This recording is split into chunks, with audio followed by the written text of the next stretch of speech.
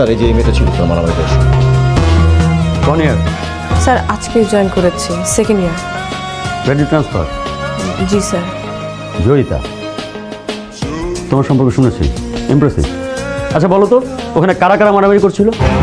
Sir আমি? হ্যাঁ তুমি বলবো না, তুমি তো ছিল ওইখানে, বলো। স্যার কেউ মারামারি করছিল না। তুমি তো নতুন এসে মিথ্যে বলা শুরু করে দিয়েছে।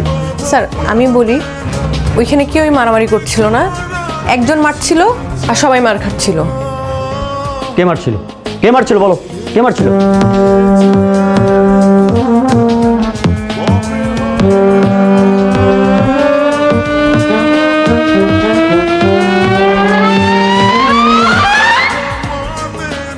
স্যার উনি।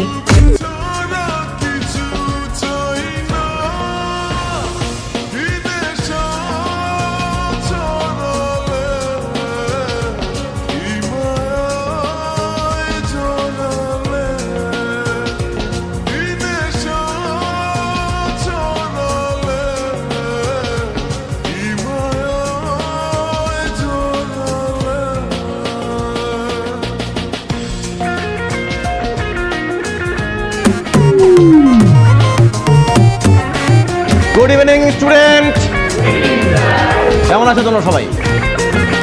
সবাই ভালো?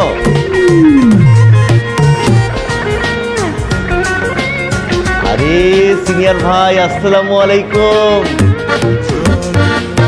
কেমন আছেন আপনি? আমি তো ভাবতেই পারি না যে আপনি এখানে আছেন। আমি ভাবছি আপনি লজ্জা পেয়ে রিটেক নিয়ে গ্রাজুয়েশন কমপ্লিট করে ভার্সিটি ছেড়ে দিচ্ছেন, কিন্তু আপনি তো তা যাবেন না, কারণ আপনি তো বেহায়া। না, বেহায়াটা কিন্তু একটা কোয়ালিটি। এটা হচ্ছে যে এটা হইতে মানে সাহস লাগে, বীরত্বের কাজ। আচ্ছা তোমাদের সাথে পরিচয় করে দিই, তোমাদের সবার সিনিয়র। তোমাদের কি মনে হয় আমারও সিনিয়র হবে? আর আমি তো 6 বছর ধরে দেখতেছি তাকে। হ্যাঁ, আমার আগে কে কে দেখতে জানি না। তো তোমাদের সিনিয়র ভাই হচ্ছে আরমান ভাই। ওনার সাথে যারা ছিলেন তারা গ্রাজুয়েশন কমপ্লিট করে, মাস্টার্স শেষ করে, বিয়ে শাদী করে, বাচ্চা কাচ্চা নিয়ে সেটা জুনিয়ররা তার সিনিয়র হয়ে যাচ্ছে। কিন্তু আমাদের ভাই কিন্তু আমাদেরকে ছেড়ে যাচ্ছে না। কেন? ভালোবাসা। সে যে আমাদের প্রতি ভালোবাসা দেখিয়েছে, আমরা কি পিছিয়ে থাকবো?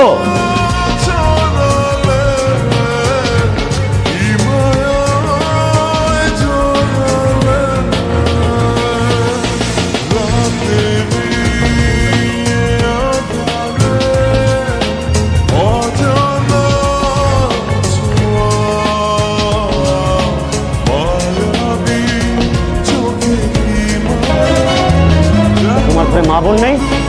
টুপি, তুমি কি করে পারলে এরকম একটা কাজ করতে? স্যার আপনি প্রুফ ছাড়া আমাকে চার্জ করতে রাখো তোমার প্রুফ। প্রুফ শেখাচ্ছ আমাকে? কাউন্টার একটা মেয়ে আননেসেসারি তোমার সঙ্গে মিথ্যে কথা বলবে? স্যার বলতে পারে মিথ্যা, আমি এতটুকু জানি আমি মিথ্যা বলছি। একটা থাপ্পড় দিয়ে তোমার সব কটা দাঁত ফেলে দিতে ইচ্ছে করছে। কাউন্টার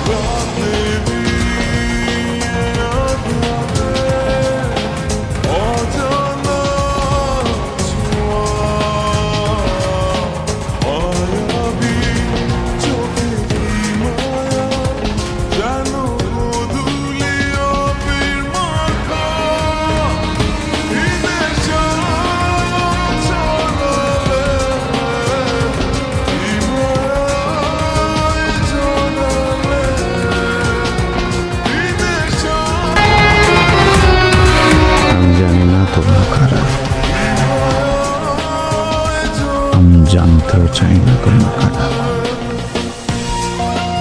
আজকের পর থেকে কখনো জানার চেষ্টাও করবো না তোমরা কারা। শুধু একটা জিনিস জানি, তোমরা এই মেয়েকে যে কারণে এখানে নিয়ে আসছো সেই কারণটা আমি।